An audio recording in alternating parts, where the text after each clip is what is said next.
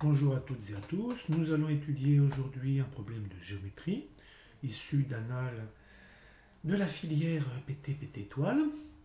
Alors le problème 1 est un problème donc sur des surfaces. On a deux surfaces, S et sigma, définies l'une par une équation cartésienne, l'autre par une représentation paramétrique. Il y a toutes sortes de questions qui sont posées. Nous n'allons pas nous attarder sur ces questions. Simplement, on peut bien observer la représentation paramétrique de sigma, x égale racine de 2 fois uv, y égale u plus v au carré, z égale u carré moins v carré au carré, uv appartenant à R2, puisque nous en aurons besoin dans la partie 2 que nous allons voir maintenant. Alors la partie 2 de ce problème sur la surface, la voici. Et donc, c'est cette partie que nous allons étudier plus attentivement.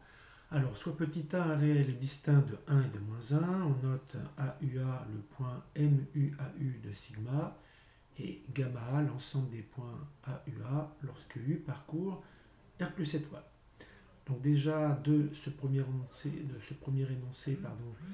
se dégagent deux points importants. MUAU sera obtenu bien sûr en remplaçant le V de l'expression précédente que nous avions lu ensemble par AU. Et par ailleurs, U est strictement positif. Ceci interviendra par la suite pour répondre à certaines questions. Première question qui est posée dans cette partie, c'est donner une représentation paramétrique de gamma A. Alors, nous allons réduire cette partie-là, ou tout simplement agrandir celle-ci. Je vais partager l'écran avec le tableau blanc, dans lequel on va donc rédiger. Donc la première question qui était posée, c'était de déterminer la représentation paramétrique. Donc on a un U qui est strictement positif. Et donc la représentation paramétrique sera donnée par le vecteur OA indice petit a de U, correspondant donc au vecteur de coordonnées. Alors on remplace dans l'expression de MUV V par AU, et ça donne immédiatement, par simple substitution, AU2 racine de 2,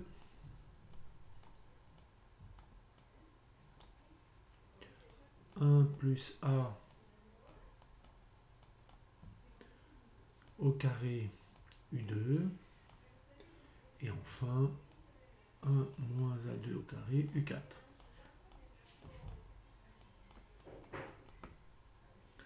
Voilà donc pour la première question de la partie 2. Deuxième question petit a.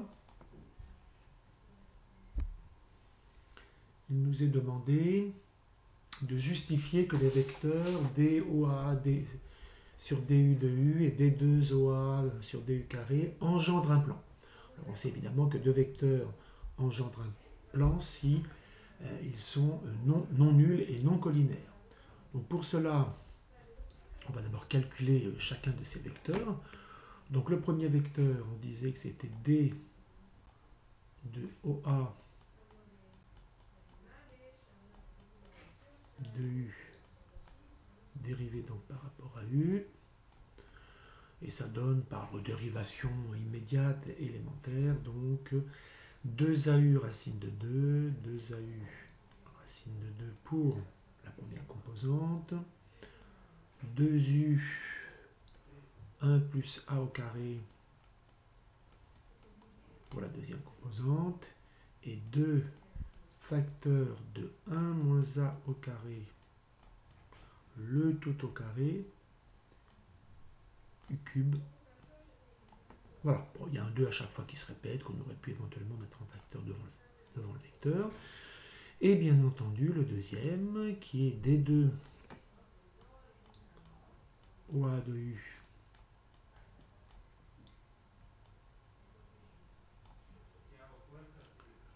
sur DU2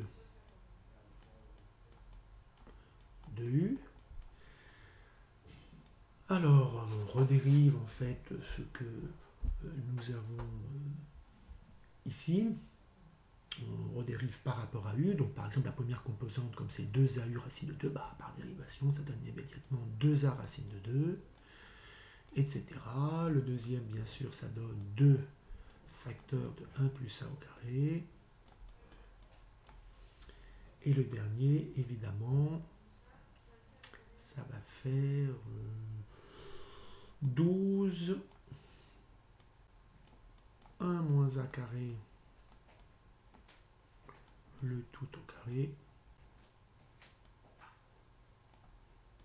Et il reste un petit U carré. Voilà. Donc là, on a deux premières composantes qui sont indépendantes de U. Alors bien entendu, au niveau classe prépa, le plus simple pour démontrer que ces vecteurs sont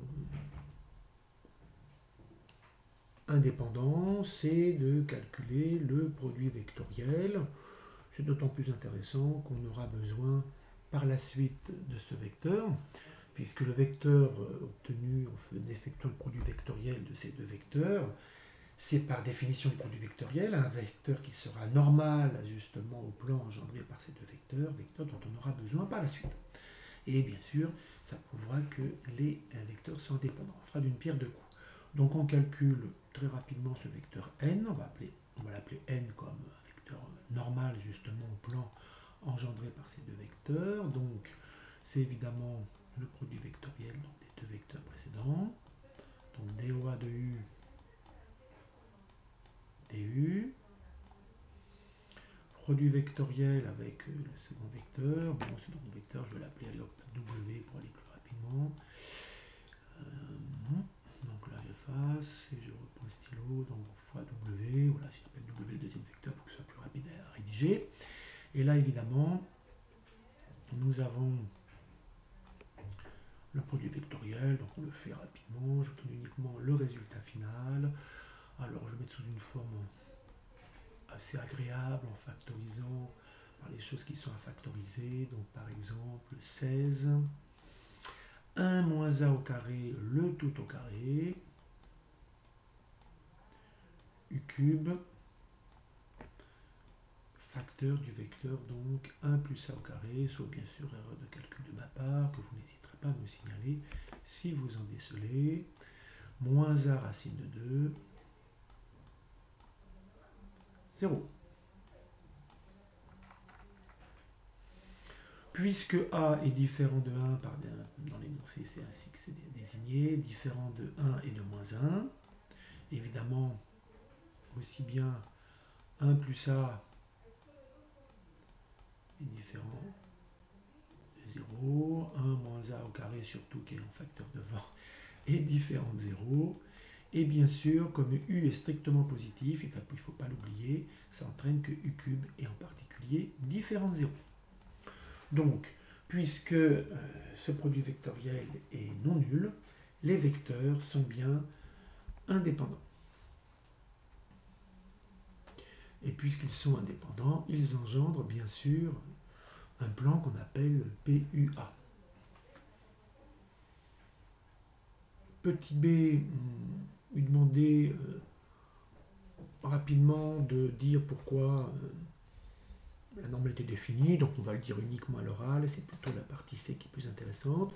Évidemment, comme petite taille différente de 1 et moins 1, d'après la question de la partie 1, la question 3 de la partie 1 précédente, on sait que AUA est un point régulier de la surface sigma, donc évidemment la normale sigma au point AUA est bien définie. On passe maintenant à la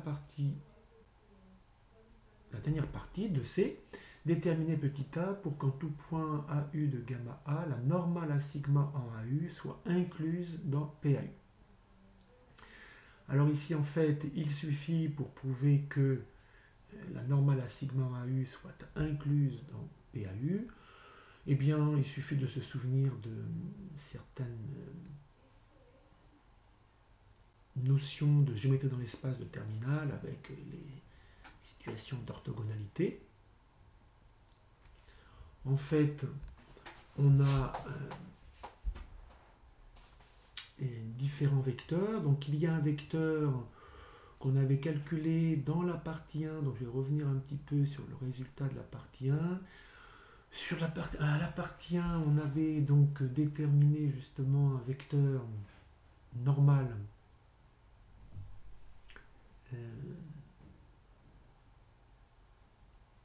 à sigma. Donc c'était le vecteur. Alors, je vous laisse quelques secondes pour faire une capture d'écran. Maintenant j'efface tout. Donc on reprend tout. Dans la partie 1, nous avions trouvé un vecteur qu'on va appeler grand X par exemple. Ce vecteur, donc je ne détaille pas tous les calculs, c'était en fait le produit vectoriel de d rond m sur d rond u par d rond m sur d rond v. Et on trouvait donc assez facilement donc un vecteur, donc c'était 2 moins 2 racine de 2, u carré moins v2, facteur de 2 racine de 2, facteur de u plus v au carré, moins 2 u2 plus v2 et 1. Donc c'était le calcul effectivement qui avait été fait dans la partie 1 sur laquelle on ne s'est pas appesanti. Pour ça je fais un petit retour, petit éclairage. Alors, évidemment, cette partie-là est non nulle. Donc nous, ce qui va nous intéresser, c'est uniquement ce vecteur-ci, qui est collinaire à celui-ci, donc qui est également un vecteur normal à sigma. Donc ce vecteur, je vais l'appeler grand Y, par exemple. Et donc, maintenant, pour rechercher la condition qui nous est demandée, c'est-à-dire déterminer petit a pour que tout point de gamma, la normale à sigma en AU, soit incluse dans PAU. Donc on a le vecteur normal à sigma qui est sous les yeux, c'est le vecteur grand Y.